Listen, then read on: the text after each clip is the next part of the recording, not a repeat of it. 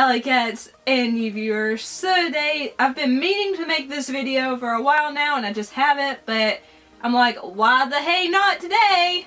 Who says why the hey not? But it's the coffee film tag. This was originally a book tag, but Mariana from Impression Blend was inspired to do this tag by Rihanna Toria, so I'll link both of their videos down below.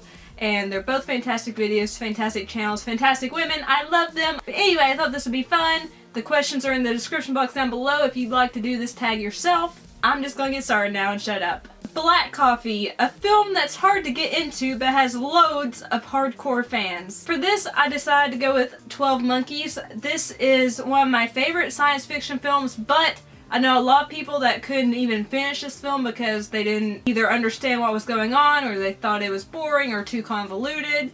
And it is. It takes a few watches to truly get what the meaning of this film is about. And it's got amazing performances by Bruce Willis and especially Brad Pitt. Terry Gilliam has such a fantastic eye for directing. And I love it. I love the concept of it.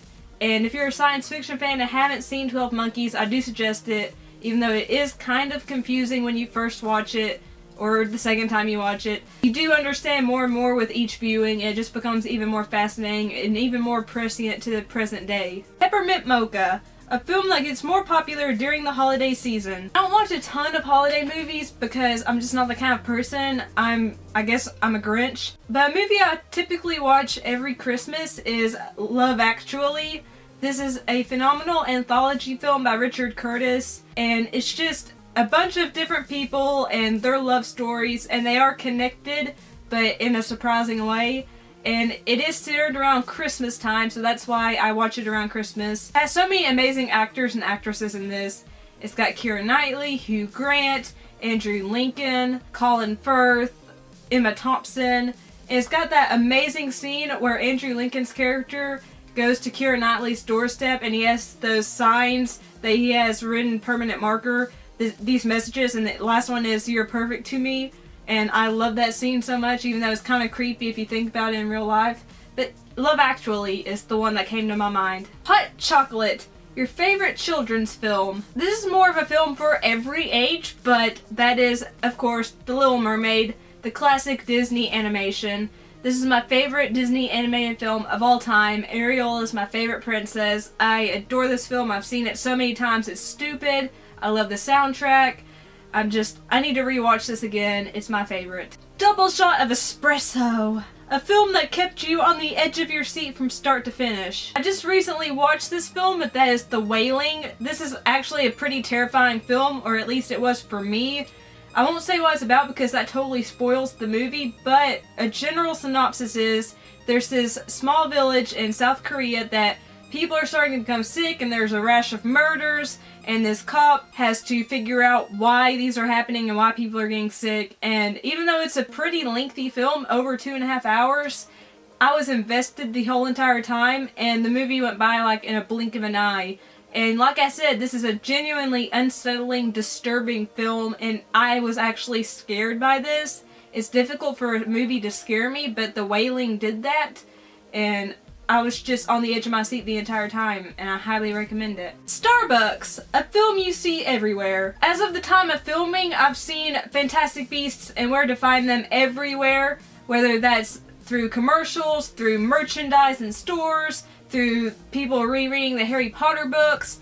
It's just everywhere. It's a phenomenon right now, and I like Harry Potter. I'm not a huge Potterhead, so I'm not planning to see Fantastic Beasts until it comes out on Netflix, but I've seen it everywhere. Like, it's just every 5 seconds it's Fantastic Beasts and Where to Find Them. Fantastic Beasts and Where to Find Them. Oh, did you see this? Fantastic Beasts and Where to Find Them. I bet you didn't see that. Yeah, you did, but who cares? You're seeing it anyway. Hipster coffee shop. Give an indie film a shout out. I have to give this film a shout out, and I give it a shout out every time someone says, give an indie film a shout out. But it's Predestination. This is by the Spierig brothers, and it stars Ethan Hawke and Sarah Snook. This is one of my all-time favorite movies, but it's fantastic. It's got an amazing story.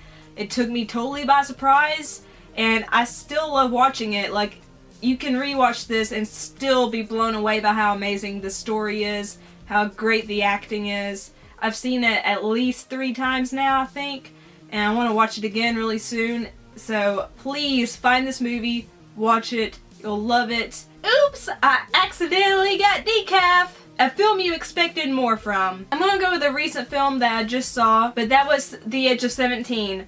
Now, I enjoyed this film, don't get me wrong, but I saw so many critics and reviewers saying that this was, you know, a film that was in the vein of Juno and Mean Girls and Clueless and the John Hughes films, and that it was really smartly written, very relatable.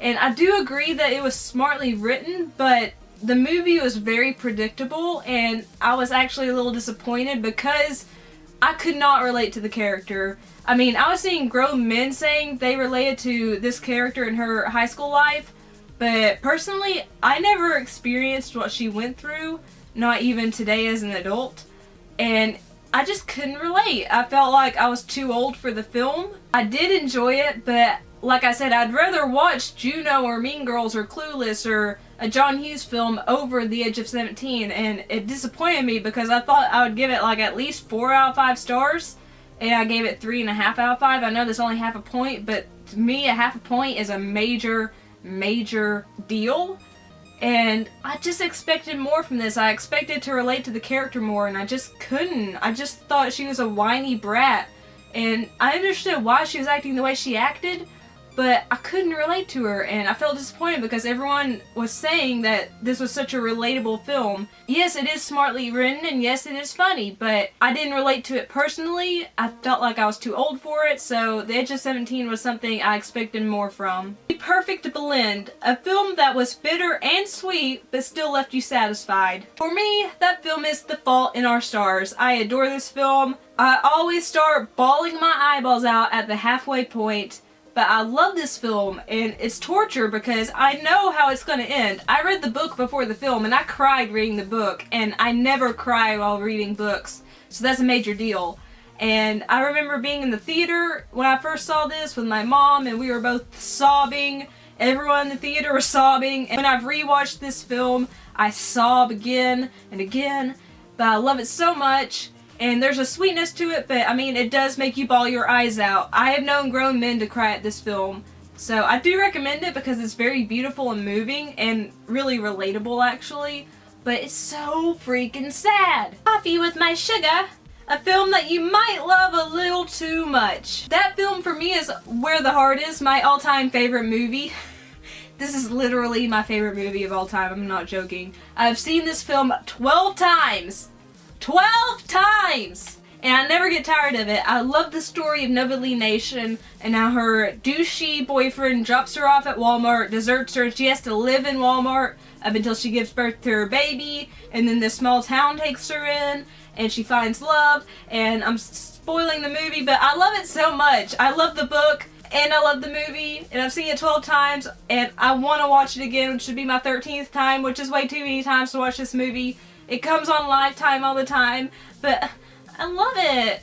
And why is this not on Blu-ray? Friends don't let friends drink Starbucks. That's actually a sign in a local coffee shop where I live. A film you try to force others to avoid. One film that I will always say is the worst film I've ever seen, and I'll be like, please don't watch this unless you want to torture yourself, is Lake Dead. It's a sci-fi original movie. I saw it years ago. Saw it once, don't need to see it again. It's disturbing and gross and it's not good. The acting's bad, the writing's bad. Oh my gosh, no, Lake Dead, it scarred me for life. So that was the coffee film tag. Again, if you'd like to do this tag, the questions are in the description box down below. If you like this video, leave a like. Let me know down below what your answers would be to this, or you could actually do a video and I would love to check that out. Also, if you like this video, make sure to share it because that helps me out a ton. And if you're not subscribed to my channel already and you like what you see in here, there will be a floating face over here at some point and you can click on it and that subscribes you to my channel.